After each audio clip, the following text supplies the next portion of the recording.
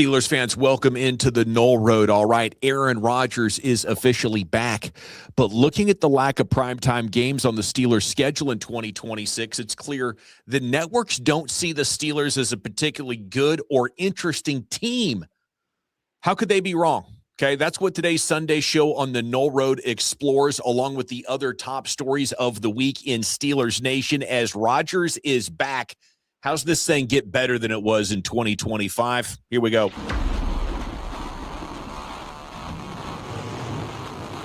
Then to the corner of the end zone. Oh, for a touchdown!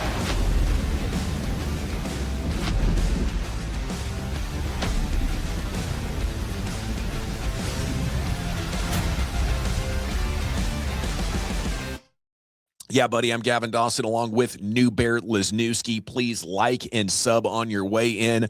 Leave a comment down below how you think the Steelers can be better here in 2026, both sides of the ball. And what do you think about Aaron Rodgers coming on back? I'm Gavin Dawson from 105.3 The Fan in North Texas. He is Newbear Lesniewski, all academic SEC lineman at Kentucky. How you feeling on this Sunday show, brother? I'm just glad we know. I'm good. I said all along, I was going to be good. And I'm going to root like hell no matter what they decide. I just want to know what the hell's going on. And now we have that answer. We have a plan. We'll see how it goes. The deal is expected to include a base salary between 22 and 23, incentives up to 25, according to sources. You end up giving him as much as the Dolphins did for Malik Willis. I know a number of Steelers fans, Steeler media members, content creators wanted to kick those tires. And we can spend more time on it, Newbear, if you want. I don't think we need to relitigate this because,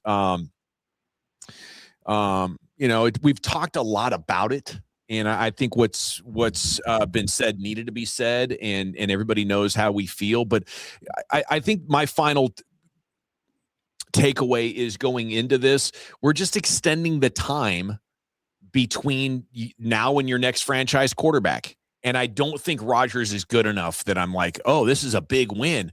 We're going to get another franchise quarterback in Pittsburgh eventually, and you get another year of Aaron Rodgers. You get the best of both worlds. No, you don't. The network just told you the truth. Aaron Rodgers sucks, and he's boring. When I said this last month, watching Aaron Rodgers play is boring, I should have qualified. It's never that boring watching your team on Sundays because of win or lose, survive or die. It's adrenalizing and it's terrifying at the same time, but this would be like in the 90s watching the Knicks versus the Spurs in the NBA finals. You're like, I know the Knicks and Spurs fans are loving this, but this is torture for the rest of us. It's not effing interesting. So if it's not interesting, if it's not an aesthetic form of football, and you're blocking yourself from getting your next franchise quarterback or developing Aller, I am squarely in the side of shit. I was kind of hoping Rodgers would stay home. The exciting thing about this, and if we're going to talk about the kids or just younger quarterbacks at all, I think one thing needs to be made abundantly clear about the one-to-one with Malik Willis. You're talking about multiple years of $40 million dead cap. Like next year too. Like if Malik Willis sucks this year and you decide you're going to move on from him in any form or fashion, it's a $26 million cap and it's $40 million in dead cap. There's a potential out and then there, okay, right? But then that makes me feel better. There's another year of $27 million and 14 dead cap. Like it's okay. All the reasons that we've talked about stem from two main things. We were really excited about change, and this is like not really change. We were really excited about change holistically, and this is certainly not that.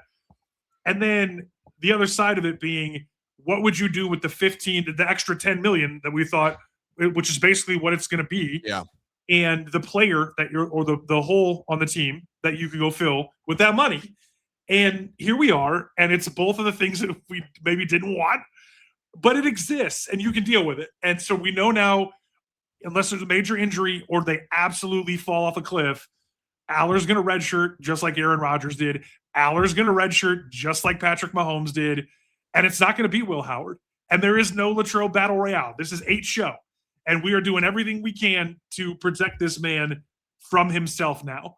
And so the big question for me becomes, how much is Mike McCarthy really going to turn into the Yinzer that he was born into the world as and go student body left, student body right, power and ISO, and not let this devolve into a thing where we live in 11 personnel 85% of the time and we're chucking it all over the yard to make certain people feel a certain kind of way. Yeah, I think you nailed it right there, man. What matters now, beyond our reactions in this 24 or 48 hours to sound off however you want to, leave a comment down below. He's going to be at OTAs Monday. What would be awesome is if we can quickly see that Rodgers plus McCarthy is going to make Rodgers the best version of himself since he left Green Bay. We need to see Packers level Rodgers play or close to it. And if that happens, then, then I will come on here and eat crow and be like, hot damn it, I was wrong. Rodgers wasn't washed up. He just had crappy coaching. How likely is that, Noob? I don't know. So you asked how likely is it that this team could be better? 10-7, 10-7, 10-7, wild card beatdown, wild card beatdown, wild card beatdown. The challenge with this thing is not actually the Tom Brady analogy. We do not need to see him go throw for 4,600 yards. We do not need to see Aaron Rodgers become MVP Green Bay. We do not need to see him running around. We don't. We don't need to see him talking trash to Jack Campbell because he's out there running for his life, pretending that he is a much younger man. We need to see him on a handful, maybe less than that, of designed rolls and half rolls to change the launch point. But what we really need to see him do is get under center and turn around and play hammer and nail with Rico Dowdle and Jalen Warren, and then play action over the top. Get the ball out quick, but not in an emergency break glass in case of window scenario.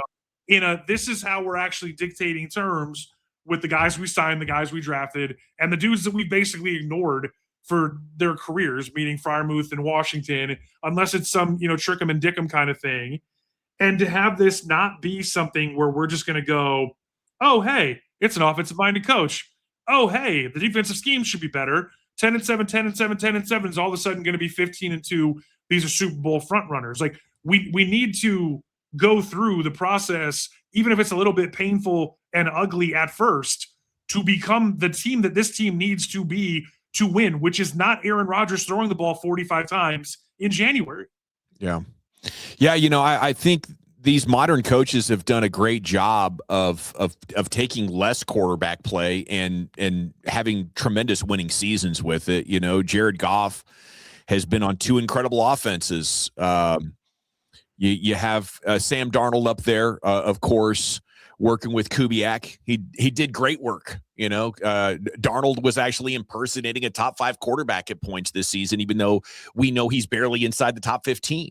So it goes to, what can these schemes do for you? In San Francisco, it was freaking Garoppolo. It was Mac Jones. And now it's Brock Purdy, all playing Super Bowl level quarterback without having the resume or the profile to suggest they should be there.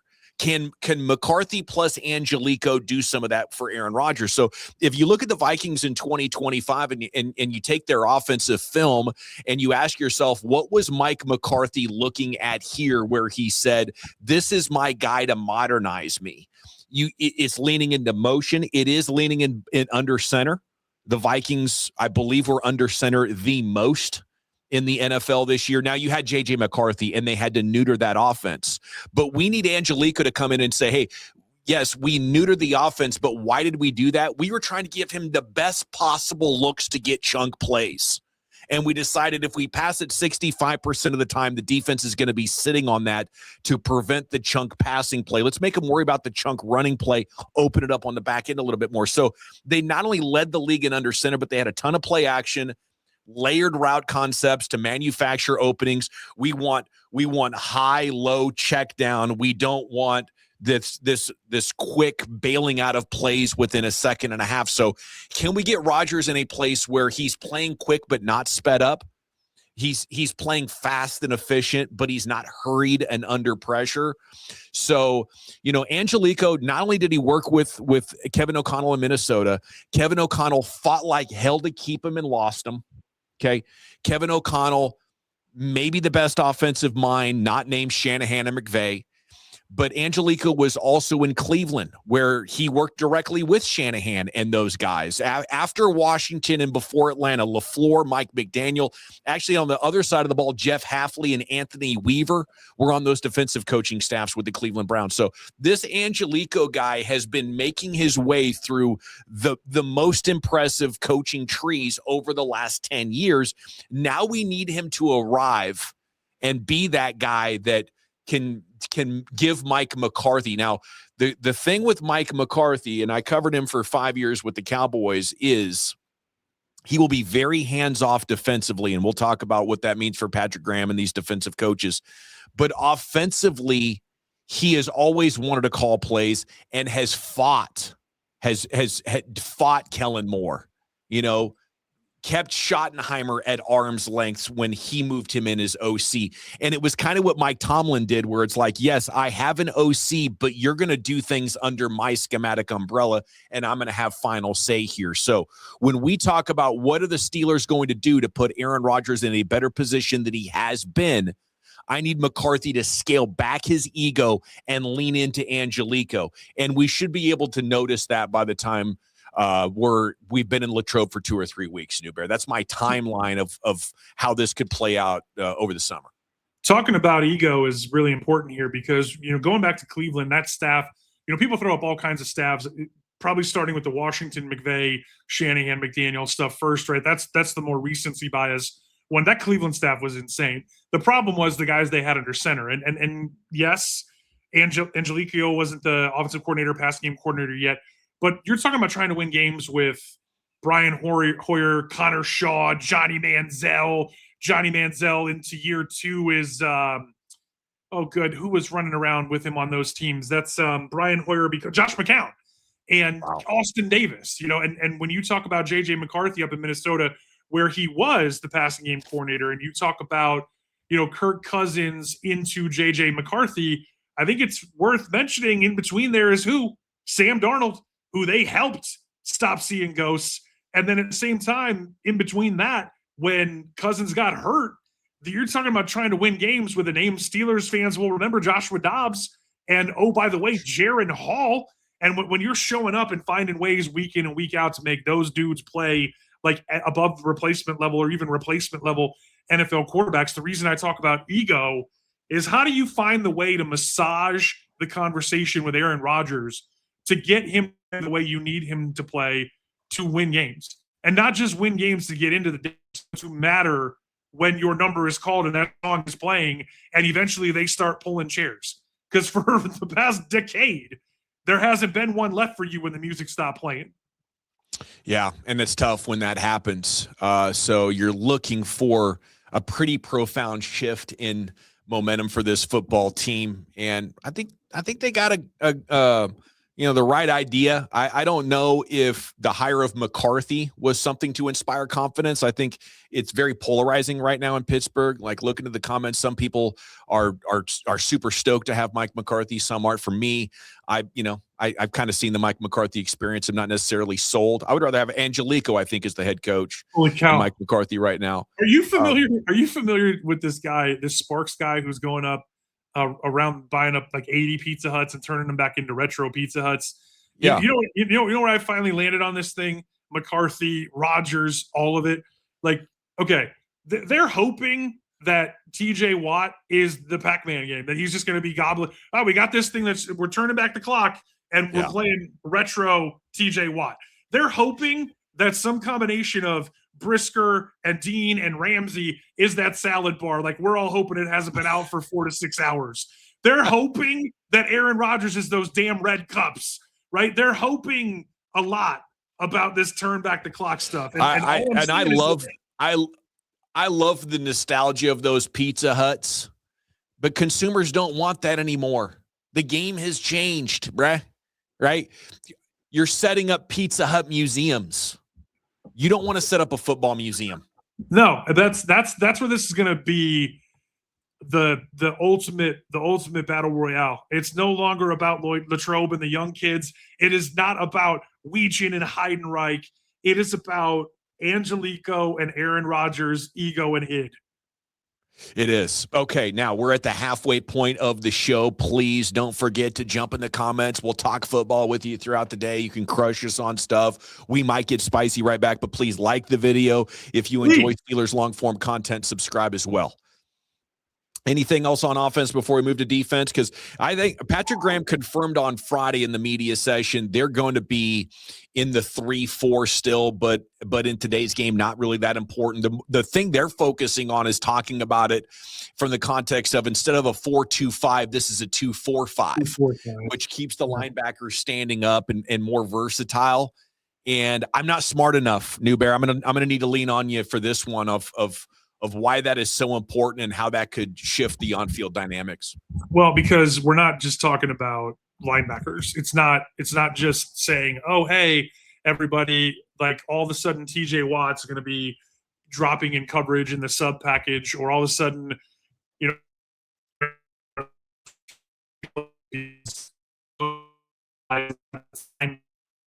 not all of a sudden going to be playing sub package and asked to drop. Cole Holcomb becomes a really interesting part of this if his body is right and he can run. Peyton Wilson, hey buddy, this is your opportunity to go show the world that it's not just about the counting stats and you can have a real impact and then go get paid and live up to, you know, Bill Cowher's legacy that you destroyed at NC State on Sunday.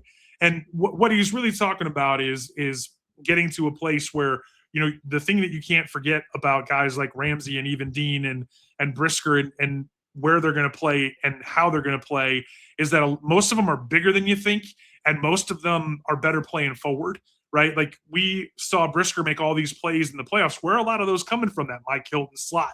And like just because it's a 2-4-5 doesn't mean that it's just like Madden or it's just like the whiteboard where you go, okay, it's 2 linemen and it's 4 linebackers and it's 5 DBs. It might be 9 DBs, like depending on how this thing shapes out. But it's about the geometry of how the thing takes shape based on what they think the other team is going to do. And, you know, those 2 linemen could be Alex Highsmith and TJ Watt sometimes, right? Those 2 linemen could be, you know, combinations of any groups of guys, depending on if they're going to show double A mug and then really try to force you to squeeze, create those one-on-ones on the outside, but all those dudes are dropping, right? And vice versa, where you might come out and show a shell and right before the snap, you're trying to time up 2 of those deep guys screwing in to be the guys that actually do play the games and join that party up front. So it's going to be freaking awesome, dude. Let me just say that's awesome. I love that if the Steelers have the set of coaches that are saying, we're going to make this the next thing that is going to allow us to have more speed and adaptability, more dynamic to get a handle on these offenses. Well, that was the big problem last year was Mike Tomlin just thought they were going to line these guys up and play. And if it was 10 years ago, maybe even 5 years ago, hell, maybe 3 years ago, you know, Slay got old fast. You know, Brisker's on a 1-year deal. It's a prove-it year for him. He's bigger than you think. He's sturdier than you think. He can play a lot of different stuff. I just also don't think you want to ask him to go, you know, run deep 50, 60 times a game. But you might not want to do that necessarily with Ramsey either anymore, which is where, you know, the 4-3-2 kid, the Spears Jennings becomes really interesting. And Dalen Everett, when you start talking about how some of these sub packages look, because again, not only can those dudes run, but, you know, Jennings goes 6'2", 205. And when you start talking about, you know, Dalen Everett's big problem was just consistency. It was never, you know, is this dude a player? It was, can he play down in and down out? So what I'm most excited about is when you start thinking about, you know, height, weight, speed, length, all the different things that go into this, is we're not just saying this is how we line up and play. Speaking of lining up and playing, I think, did that interloper make it on screen? Not that I saw. Okay, good. Because I'm trying to get screen here. I'm getting double A mugged here myself. And these little Lesniewskis are feisty. If you want to talk about getting feisty in the comments, don't let my kids get on the keyboard. They were in here trying to tweet back at people the other day.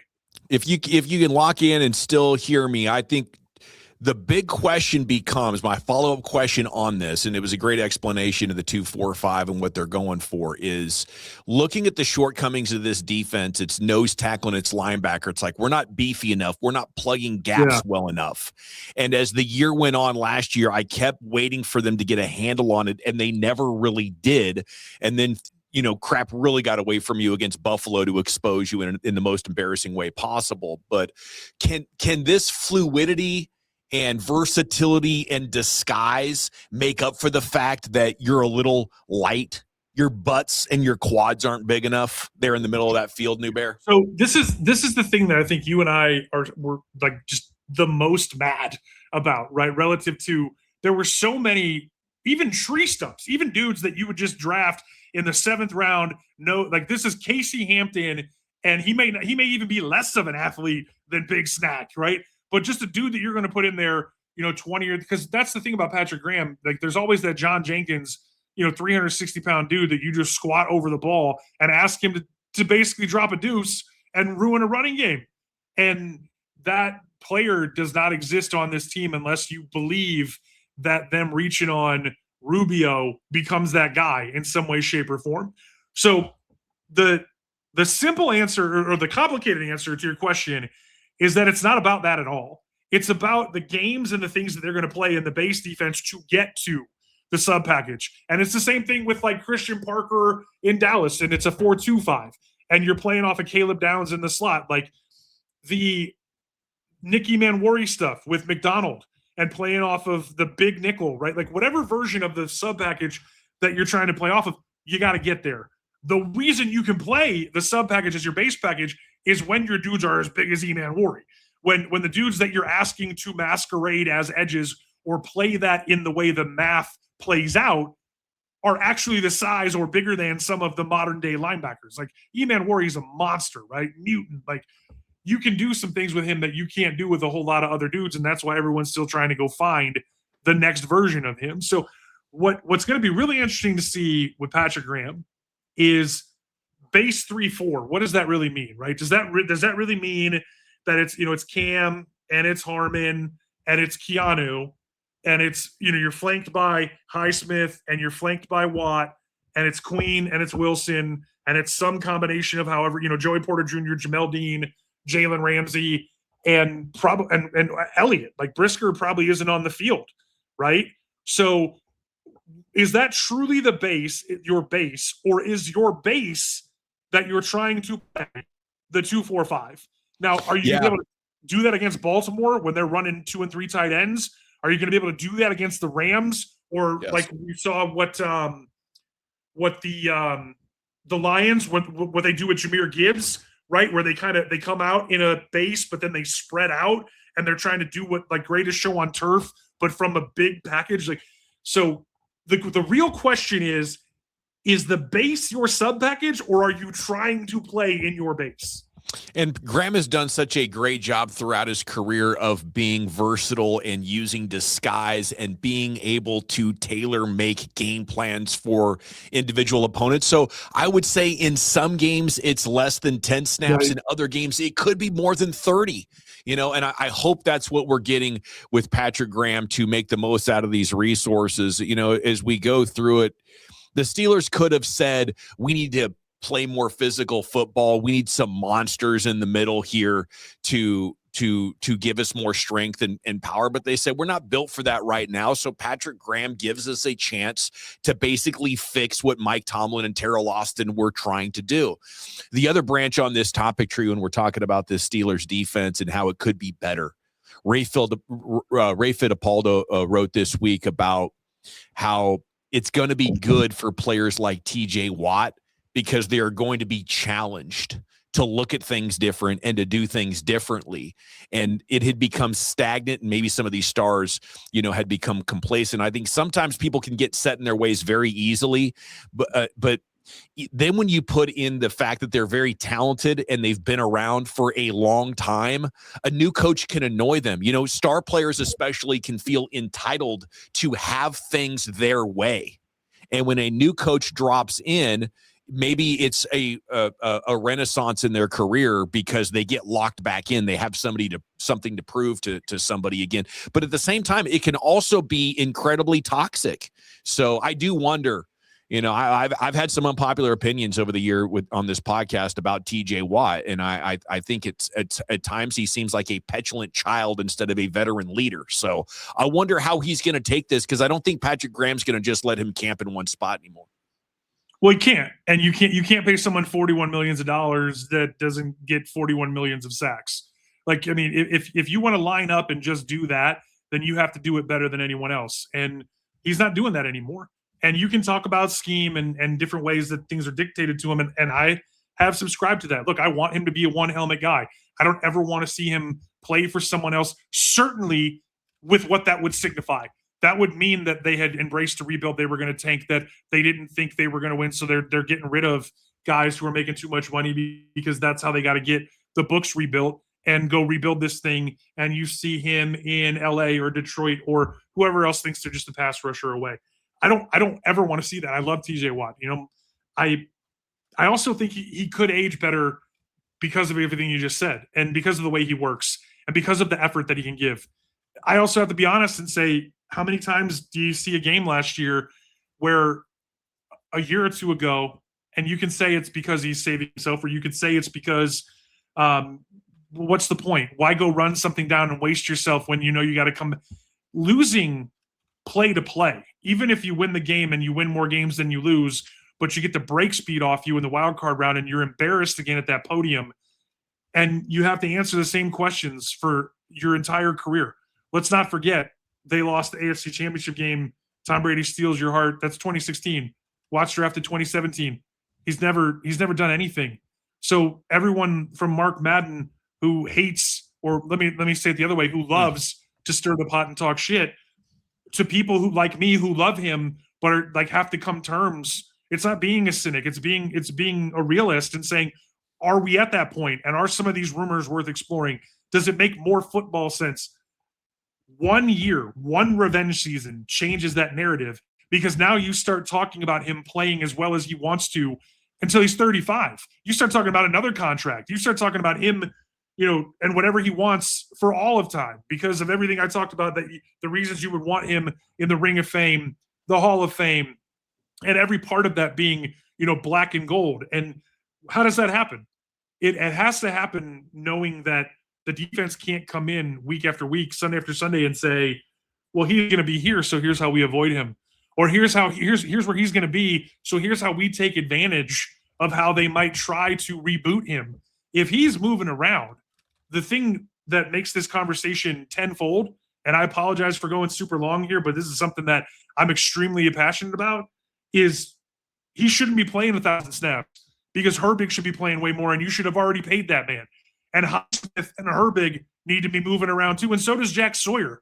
And all four of these dudes rotating through, keeping each other fresh, playing left and right, double-A mugging, and being part of the scheme in its totality is how everybody eats, and you get to a place where nobody on the Seahawks was being talked about as being one of the best guys in the league or getting a $41 million contract. They all got rings. They all got paid. That cycle is going to continue with the way that they play. All righty. And man, great reference on Mark Madden. We could do an entire show on his takedown of the front office this week. And yeah. I thought it was well placed. And I salute him for that. Okay. We've given you a lot to react to. Aaron Rodgers is back. Can coaching and a balanced wide receiver group make him the best version of himself? Can Graham fix what has gone bad and complacent with this defense? And will Mike McCarthy fully empower these guys to do their best with authority and autonomy? Okay. Leave a comment down below on how you think about these topics. We'll be back real soon with more Steelers content. For Newbear, I'm Dawson. We'll see you here on the Noll Road.